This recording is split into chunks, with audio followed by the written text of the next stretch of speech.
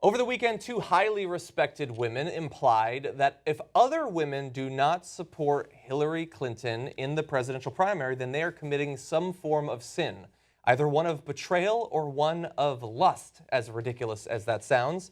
The first is a name and a face that you're probably very familiar with, Madeleine Albright, and this is what she said.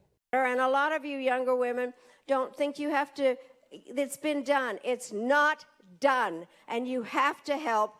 Hillary Clinton will always be there for you. And just remember, there's a special place in hell for women who don't help each other.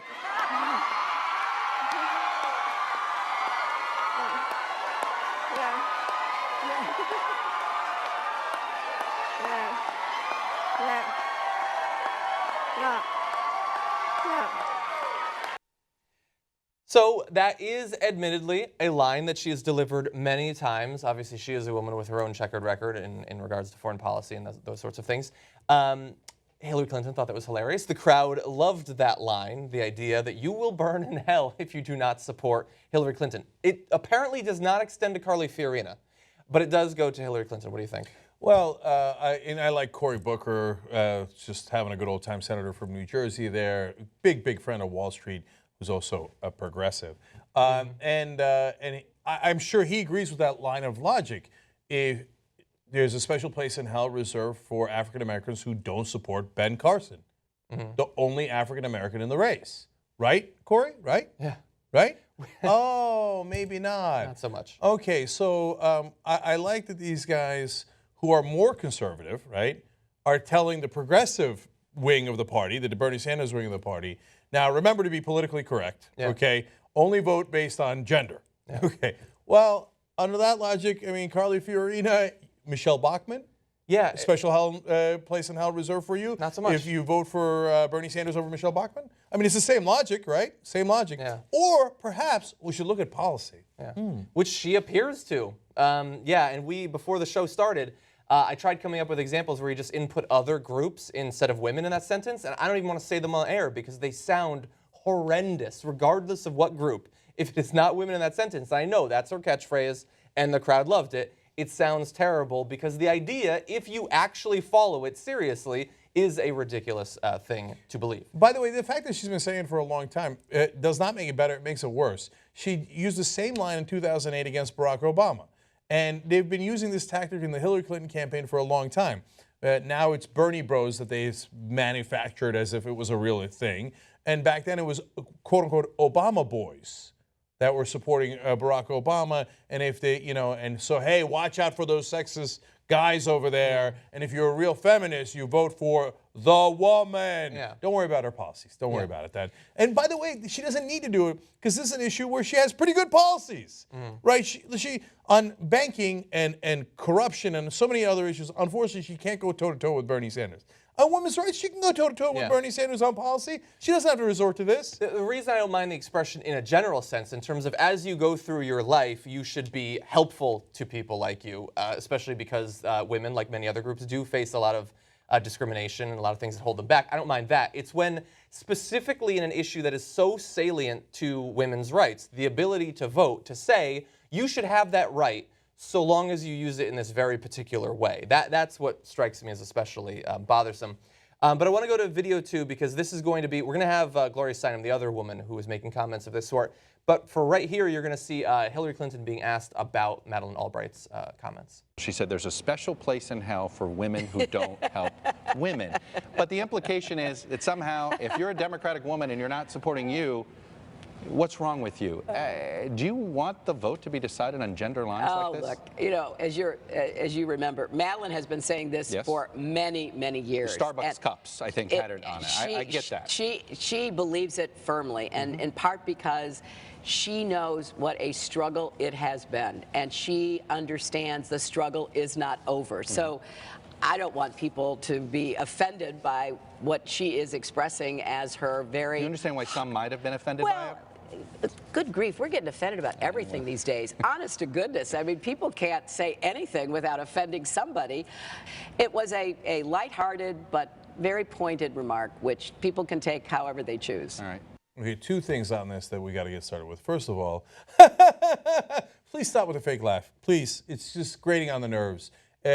Everything about that sounds like a fake politician. That's part of the reason you're in trouble.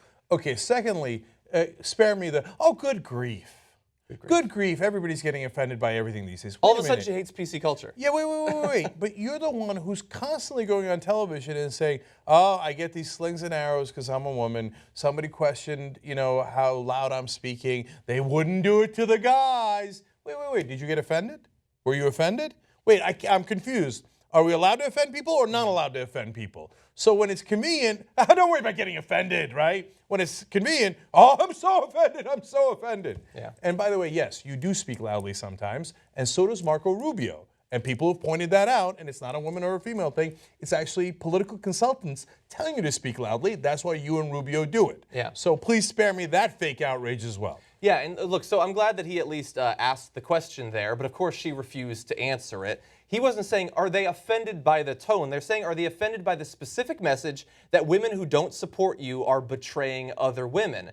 And she responded with two ridiculous defenses. It was lighthearted, but pointed. It was lighthearted, so get off my ass about it. But it was pointed, she's totally right, and you have to follow what she said. Totally. I love the idea of that. And here's the thing. We're going to go to Gloria Steinem in a second. She is eventually going to have to respond to this because this is not one comment. This isn't two comments. This is a context of powerful, influential women spreading the message that a significant portion, more than the majority of women in New Hampshire, more than the vast majority of young women across the country, are betraying their gender by supporting Bernie Sanders, by exercising independent political judgment. And eventually, she's going to have to say yes or no. I don't care about if Madeleine Albright has had this as a catchphrase. I don't care if it was a joke. Do you think that women are betraying other women if they don't support you, yes or no? And eventually, she can get through a couple of weeks about joking about this. Eventually, she has to answer that question. I can't help it. I got to do one group if you replace it, okay? There's a special place in hell reserved for those Muslims that don't support other Muslims. Allahu Akbar! Okay. My guess is that doesn't play as well, right? No. So insert any other group you'd like. It doesn't play as well, and this doesn't play as well either because you shouldn't say that. It's not the right way to go. Yeah. Policies. That's what you should care about. Very similar to what I was going to say because we know that a lot of black folks came out very strong for President Obama in 2008, right? So, and 12. So the thing is you don't have to even say it. You're going to get a certain percentage of voters that are going to vote for you because they relate to you, be it gender or race or all that. So it happens that way, or even political parties. So she doesn't have to necessarily try to get people that are going to be there already. Yeah, there's going to be some women that didn't vote for you. There's plenty of black folks that did not vote for President Obama, right? So calm down. She has that advantage. Chill out. When you do this, you lose that advantage. If Obama walked around campaigning and said, you know what? Every black person doesn't vote for me is like a ninja against the race. I mean, come on, it's crazy. A ninja against the race. I like that expression. Okay, all right. It's ridiculous, and that would turn off black folks. I probably wouldn't vote for him if he said something like that. I was like, who is this fake ass? You might lose a couple of very pro-ninja people who like the idea of, oh, it's this easy to be a ninja? Okay. Yeah, and so, look, I have to gloss over. So the Gloria Steinem, of course, implying, we're going to go into greater detail in the second hour on that. The women get more activists as they grow older. That's the good part. And when you're younger, you think, where are the boys? The boys are with Bernie. So that's the lust part of my intro, that you're driven by, yeah, you'd love to support other women, but you gots to get laid, and so that's why you're supporting Bernie. Yeah, because no, John, to be fair, that happens all the time. The young women are hanging around going, where can we get laid? Oh, right, Bernie let's rally. go to a Bernie Sanders rally. Yeah.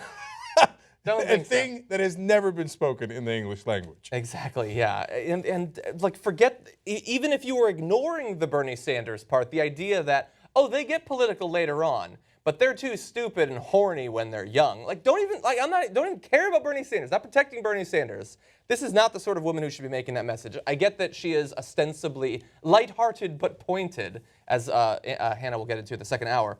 She clarified that by saying later on Facebook, what I had just said on the same show was the opposite. Young women are active, mad as hell about what's happening to them, graduating in debt, but averaging $1 million less over their lifetimes to pay it back. Hey, that's 4 speeches by Hillary Clinton. And then whether they gravitate to Bernie or Hillary, young women are activists and feminists in greater numbers than ever before. Well, are you not merciful that they are still activists and feminists if they support Bernie Sanders? And so to reiterate basically the idea that Hillary had in that video we showed you, CNN news anchor Carl Costello said to Karen Finney, a spokesperson for Hillary Clinton's campaign, shouldn't Hillary Clinton come out and totally disavow what Gloria Steinem and Madeleine Albright said? And the spokeswoman responded, she talked about it yesterday in a couple of interviews. These are women who are passionate advocates. They support Hillary Clinton. We can't control what they say. And we're not going to read you all the quotes, but multiple times through the course of that interview they said, we can't control what they say. It's not part of any coordinated campaign amongst many female senators and representatives and things like that.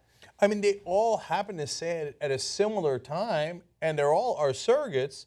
But golly gee, we can't control it. Now, technically, they're right. They can't, you know, go inside Albright's mouth and make her tongue. She's not a puppet. She's not that big. Right. If you wanted to, you could control what she said. You just put one arm around her. She's tiny. But that's not what we're asking you. We're asking you is, do you agree with them? Yeah, disavow, not control. Right. No, and I don't need like a big Maoist apology and a disavowal and bending at the, you know, I don't need an MSNBC like I was apology. going to say that. Right. So just say, hey, look, do you think that young women are horny and hence going to Bernie Sanders rallies? It's okay to say, no, I don't think that. That's ridiculous, right? And on the Madeleine Albright thing, look, let's keep it real. She's part of the establishment. In fact, Hillary Clinton has said about her incredibly well-paid speeches that you alluded to, every former Secretary of State has done that, kind of like Madeleine Albright. So what Madeleine Albright partly means is there's a special place in hell reserved for those in the establishment who don't support others in the establishment, for those who are wealthy, not to support others that are wealthy. We're all playing this game. Bernie, what is wrong with you? We had this thing figured out. We're all making tons of money. Madeleine Albright, by some estimates, has earned $10 million. They're all enormously wealthy. So they're saying to Bernie and female supporters of Bernie, shh. But what you're missing is those people are not in the establishment. They're not enormously wealthy like you. Your connection to them is very tenuous. The only connection you have is we're the same gender. We're the same gender. The connection Sanders has with them is I'm going to represent you guys against those guys in the establishment. And I think it appears to be a better connection. That's why the Clinton campaign is partly panicking and sending out all these surrogates to say, remember, I'm a woman. I'm a woman. Yeah, well, that part is true.